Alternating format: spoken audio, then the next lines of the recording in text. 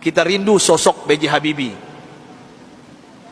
B.J. Habibie adalah presiden ketiga yang diakui, tapi beliau dilengsarkan karena kejujurannya. Beliau dilengsarkan karena beliau berjuang untuk bagaimana tidak ada korupsi. B.J. Habibie adalah orang soleh yang kita tahu dalam sejarah, orang hebat, diakui di dunia walaupun di Indonesia disepelekan. Apa yang beliau lakukan walaupun beliau sudah tiada, meninggal dunia? Indah kisahnya, dan saya pun terinspirasi dengan beliau yang hebat ini. Beliau orang kampung dari Makassar, Parepare, suatu ibu kota hari ini, Parepare. Saya pernah diundang ke sana oleh wali kotanya. Saya lihat patungnya Habibie dan Ainun, dan ternyata beliau orang kampung, orang biasa, orang sederhana. Allah berikan kecerdasan di otaknya. Kenapa kita merindukan sosok pemimpin pejabat seperti beliau, yang tidak durhaka kepada orang tuanya, memuliakan orang tuanya, tidak pencitraan belaka. Dan hebatnya lagi, ketika beliau ke ITB meloncat kuliahnya. Dan hebatnya lagi, ketika beliau melanjutkan studinya ke Jerman. Disinilah saya pribadi mendapatkan inspirasi. Pesawat terbang Bapak Ibu yang kita naik itu, di ketinggian tertentu, kalau nggak pas bikinnya bisa retak, Pak. Pesawat itu bisa retak. Siapa yang bisa menyelesaikan itu? B.J. Habibie, Pak. Di dunia yang bisa menyelesaikannya B.J. Habibie. Sampai beliau digelari oleh teman-temannya di Jerman apa? Mr. Crack, Mr. Retak. Bukan retak otaknya, Pak. Nah, pejabat kita yang banyak retak otaknya, Pak. Ini maksud saya apa? Pesawat yang retak itu beliau bisa menyelesaikannya. Ini kehebatan Habibie yang mungkin dilupakan oleh bangsa ini. Tapi ada yang lucu, aneh bin ajaib, ternyata beliau bukan orang tercerdas di dunia. Sampai beliau di Jerman, apa yang terjadi? Beliau tidak pernah ranking 1, ranking 2. Beliau ranking 3. Sampai beliau cemburu kepada 2 orang yang ranking 1, ranking 2, dan ini orang Yahudi, Pak. Orang kafir, laki dan perempuan. Saking herannya beliau, padahal beliau apa yang beliau isi itu benar semuanya. Tapi saking penasarannya, bertanya kepada Yahudi 2 ini. Apa kata beliau? Aku mau tanya kepada kalian berdua, apa rahasianya sampai kalian hebat di dunia, ranking 1, ranking 2? Saya kenapa tetap ranking 3? Apa jawaban Yahudi 2 ini, laki dan perempuan ini? Oh, Rudi. Beliau dipanggil Rudi, bukan Habibie. Ya, Baharudin Yusuf Habibie. Rudi, this is our secret. Ini rahasia kami, nggak mungkin kami kasih tahu. Besok beliau tanya lagi, apa rahasianya? Besok tanya lagi. Berhari-hari beliau bertanya.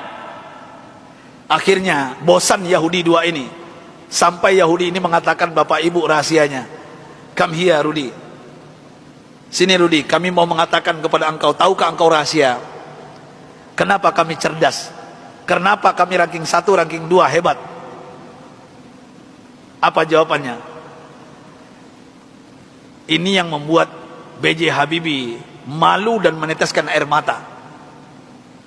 Pahlawan yang hebat ini, ketika Yahudi ini mengatakan, kami di sepertiga malam terakhir, jam 3 bahasa kita di Jakarta, bangun.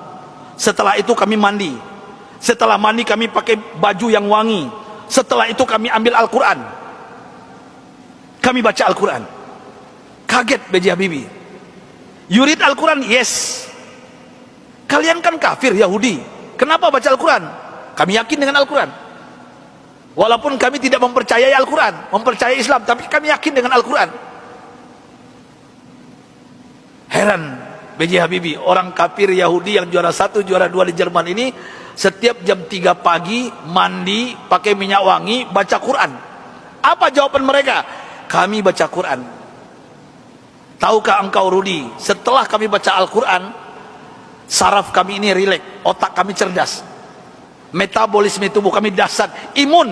Nah ini bapak-bapak, ibu-ibu yang takut dengan corona, ini bukan saya yang ngomong, ini orang kafir yang ngomong ini. Ya. Imunitas kami naik tinggi. Kenapa? Al-Quran. Al-Quran kami baca. Sampai B.J. Habibie nggak yakin, nggak percaya. Apa kata Yahudi berdua ini Bapak Ibu? Kalau kalian nggak yakin, silakan. Surah apa? Kami baca. Ternyata Yahudi berdua ini hafal Quran, Pak. Apa saat itu jawaban B.J. Habibie? Thank you very much, my brother, my sister. Beliau pulang ke kosannya, ke kontrakannya. Sampai di kosan di kontrakan beliau sujud menangis. Rasanya tertampar wajah beliau, malu beliau, padahal beliau beragama Islam, orang kafir. Jam 3 bangun mandi baca Quran. Mulai saat itu bapak-bapak dan ibu-ibu, saya ingin berbicara pahlawan satu ini, orang hebat ini. Mulai saat itu mendengarkan rahasia dari Yahudi yang dua ini, apa yang beliau lakukan? Jam 3 pagi beliau bangun, beliau mandi, beliau pakai baju yang rapi, beliau pakai wangi-wangian, beliau sholat tahajud 8 rakaat, witir 3:11 setiap hari. Setelah itu beliau baca Al-Quran sampai menjelang subuh. Kalau orang kafir tadi nggak sholat karena bukan Islam, langsung baca Quran. Dan apa yang terjadi keajaiban, Bapak Ibu yang dimuliakan Allah Subhanahu wa taala, Allahu Akbar. Keajaiban ini terjadi. Semenjak itu, setelah itu B.J. Habibie berubah menjadi ranking 1. Yahudi yang dua tadi turun ke bawah. Dan orang Yahudi berdua ini menyesal memberikan rahasia kepada B.J. Habibie. Artinya apa? Kalau ingin merdeka kita di Indonesia, jangan tinggalkan Al-Quran. Kalau ingin sukses anak-anak kita, bapak, ibu, cucu kita, sampaikan kepada mereka Al-Quran adalah obatnya.